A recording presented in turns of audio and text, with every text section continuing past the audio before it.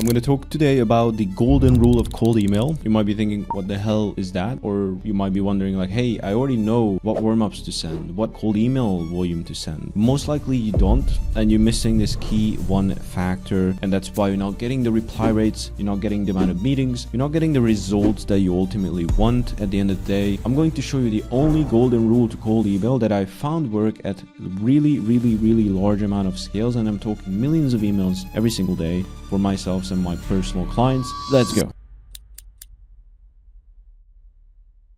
Before we break anything down, there is this one rule that just overrides everything, and this is what I mentioned, the golden rule when it comes to cold email.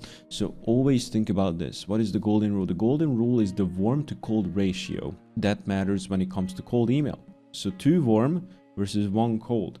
So if you break this rule, your inboxes are going to die, and most likely you're blaming everything else by yourself, because if your inboxes are dying, you think your copy is fine, you think your messaging is fine, and then you go and blame where you got the inboxes from. Most likely you're the problem because it was not set up correctly, or you changed it to be a little bit more risky. I know personally some people doing the reverse of this. So 2 cold and 1 warm, and it works fine for them, right? You know, obviously there are some anomalies, but the point of this is you don't want to be the anomaly if you're at scale. You want to be the one who runs the reliable systems and then actually can put volume behind it, because you know, you don't want to scale up something that is just shaky. It's on shaky legs. You want to be on a rock solid foundation. So if you break this rule, again, everything's gonna go and everything's going to nuke itself. If you respect it, you can scale. So warm emails equals replies, opens, threads, and human looking behavior. You don't need to worry about this, right? Like the sequencers themselves handle this, and cold email is just risk,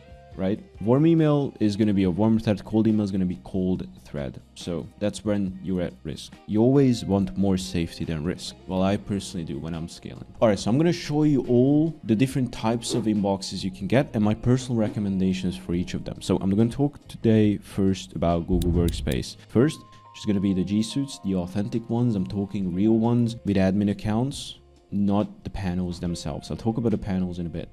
So daily sending volume, I recommend 15 to 20 cold and then 15 to 25 warm. This keeps you inside Google's sending, like human sending range, but also maximizes the amount of ROI you can get, because Google inboxes are quite expensive. Best practices, you can keep this in mind for the rest of them as well, but plain text only is good.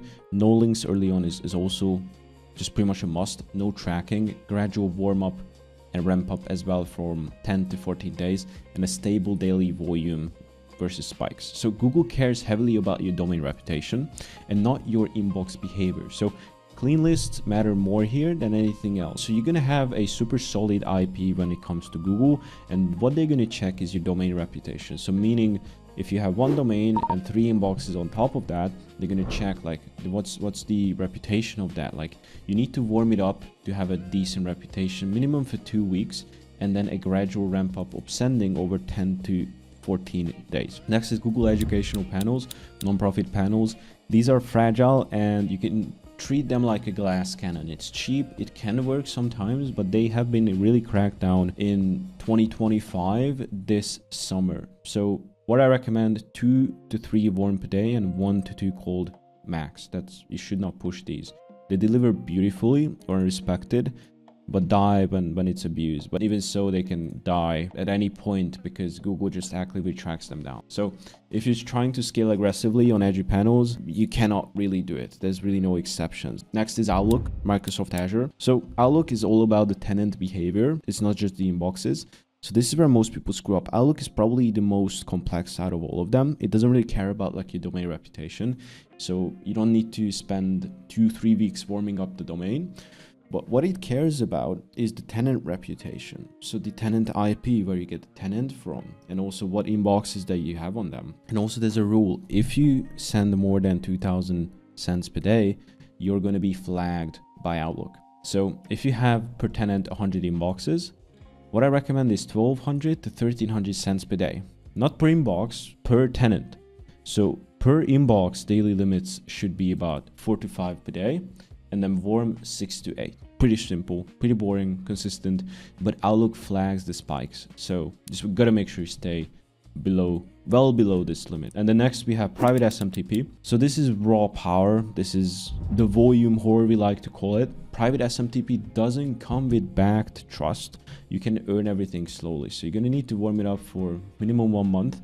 You're gonna need to stand 2 to 4 warm and then 1 to 2 cold, and that's it. You don't push it. If you try to, you'll break. If anyone tells you it's gonna be like Google or Outlook, run the other way. It's not gonna work. It's good for really just sending massive amounts of volume because it's cheap. It's very cheap. And then finally, leverage SMTP, leverage infrastructure. So like AWS, Google Cloud Protocol, Azure based, etc. So this is the private SMTP, reimagined, or you could say like done properly. AWS SaaS or any equivalents, they are higher trust, more forgiving. So what I recommend you to do is you can double the amount that you would be doing with just regular private SMTP. So you can set 4 to 8 per day warm, 2 to 4 per day cold. So roughly, again, like I said, like about 2x. This is not like scientific.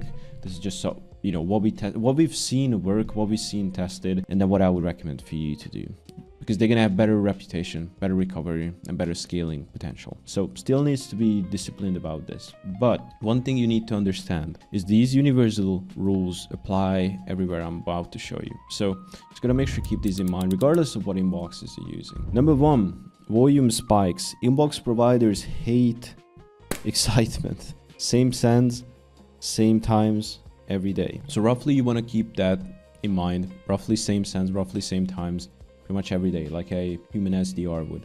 Cleaning list only. So verify everything. Bounce rates should be well under 3 to 5%. If it's good, it's roughly about like 1%. Rotate list every 90 days max. I would advise like 60 days is fine for most situations. Plain text wins. I always say like no HTML, no images, no links, casual language, and just short emails. If you want to sound clever, it's not going to be better than sounding human. So pause bad campaigns if your reply rate drops under 1% or 1.5%. Personal cutout for me is 1.5%. This is, by the way, if you're running out of office replies, not just regular replies.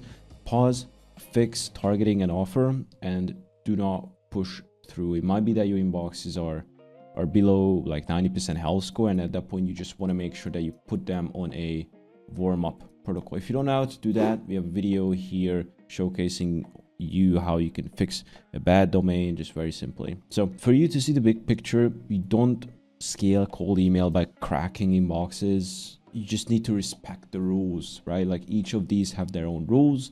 Just respect it. Respect the ratios and stay under the platform thresholds, right?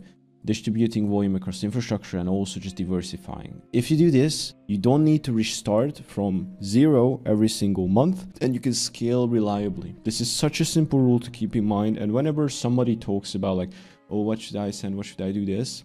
If you don't know exactly, just refer back to this video, refer back to this document. But one thing you should always keep in mind, if someone tells you that, hey, what's wrong? I'm hitting spam. Nobody's replying to me. And then you ask him, like, what do you send? Like, how much volume do you send? Like, what is the ratio? And he says like, oh, I send 3 cold emails for every warm. There's your problem, right? Like, always keep 1 to 1 or at best 2 to 1 for warm versus cold. Hopefully you got something out of this video. If you did, just make sure to hit the like. And if you got any questions by any means, you can hit me up on Discord and I'll get back to you. See ya.